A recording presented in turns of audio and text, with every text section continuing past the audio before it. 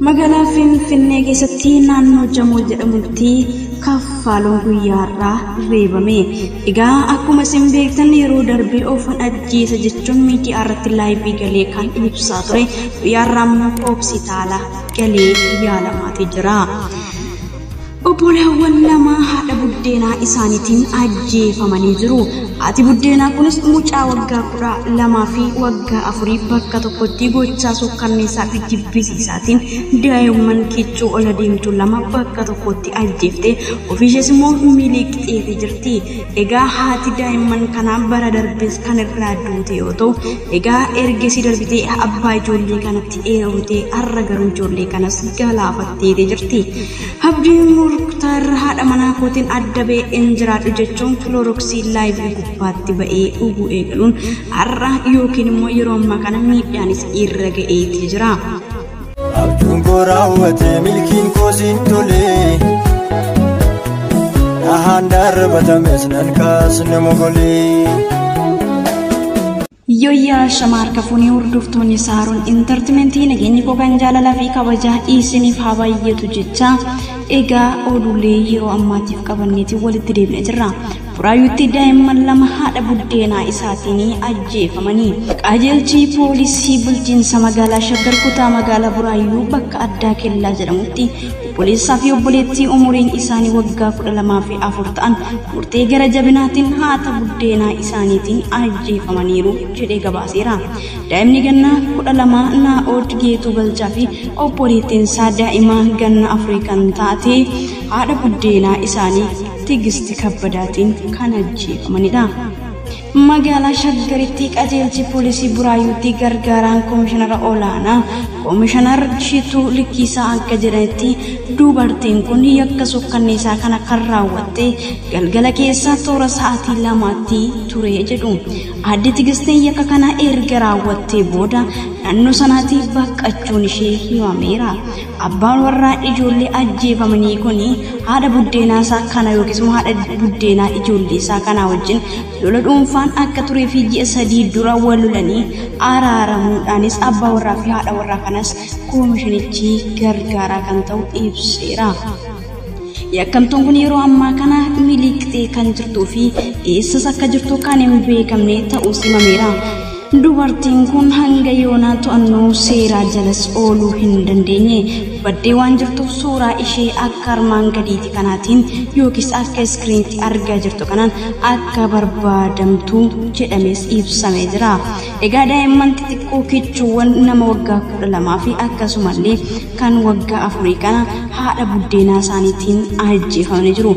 Haati isaanis bara darbee kan irraa boqotan yookiis immoo haati ijoollee kana bara darbeedha kan isaan irraa du'anii. Egaa kunoo har'a garuu ajjeefamanii haadha buddeenaatiin yookiis immoo haadha ormaatiinis ajjeefamanii jiru.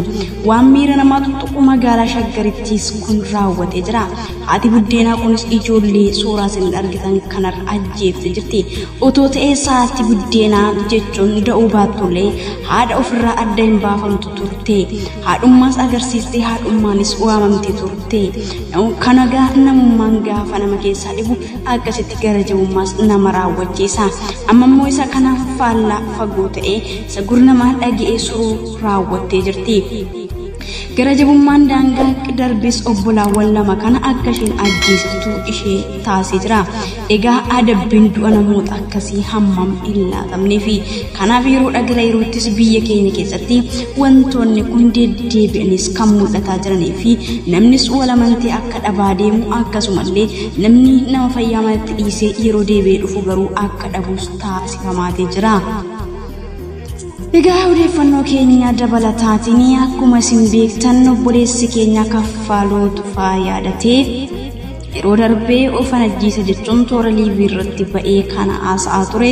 Egaa guyyaa har'aa immoo akka reebamee jiruu fi akkasumallee oduuwwan hedduun nafxanyaan akka reebetti namoonni haasa'anis jiru. Akkasuma garuu dhugaan achi keessa jirus immoo ni jira namoonni jedhanis jiru.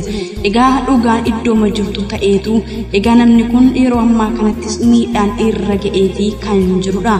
Egaa obboleessi keenya kunis wal dhabdeen tureera wal dhabdee sana gidduutti immoo innis mataa isaa miidhamee jira. Egaa inni nafxanyaadhaan reebameen kijibadha. Dhugaadhaan wal deeggaruunis barbaachisaadha. Dhuguma obboleessi kun rakkateera rakkina sana keessatti immoo dheengaddas obballeessuuf yaaleera. Egaa inni guyyaa har'aa kana garuu nafxanyaan ofii reebdee osoo hin taane innis lola waan ka'eef lola keessattis immoo innis miidhameera.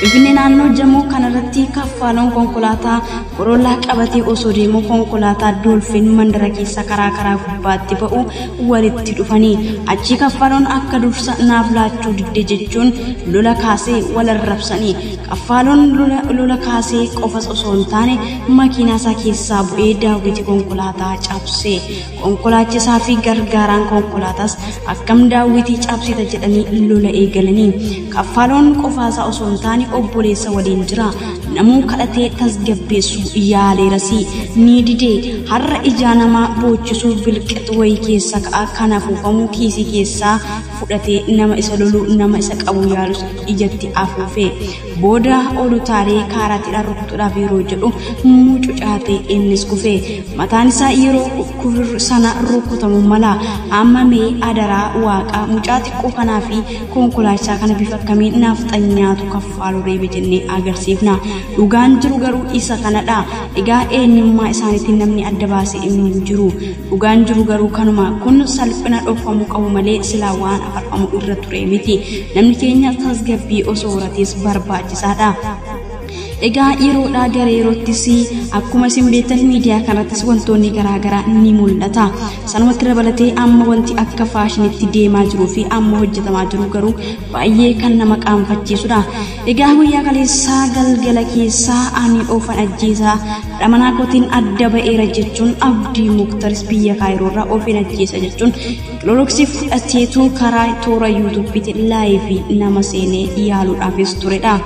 Egaa haa ta'uyyuu malee namni akkamitti osoo lubbuutu hin jiru iddoo dhaqanii galuun hin danda'amne yookiin deemanii deebi'uu hin danda'amne dhaquudhaafis awwalee kun garuu fudhatama hin qabu sababni isaayyuu namni lubbuu isaatti gaafa murteessi gaafa kana furte jedhee kaasee akka waan ofirratti raawwateettis ilaalama.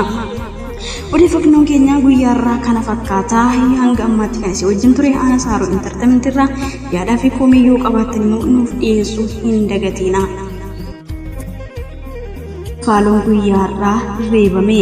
Egaa akkuma isin beektan yeroo darbee oofan ajjeesa jechuun miidiyaa irratti laayivii galee kan ibsaa ture guyyaarraa immoo hospitaala galee yaalamaatee jira. Obboleewwan lama haadha buddeenaa isaaniitiin ajjeefamanii jiru. Haati buddeenaa kunis mucaa waggaa 12 fi waggaa 4 bakka tokkotti gochaa sukkanneessaa fi jibbisiisaatiin daa'imman kichuu ola deemtu lama bakka tokkotti ajjeeftee ofiishees immoo miliqxee jirti.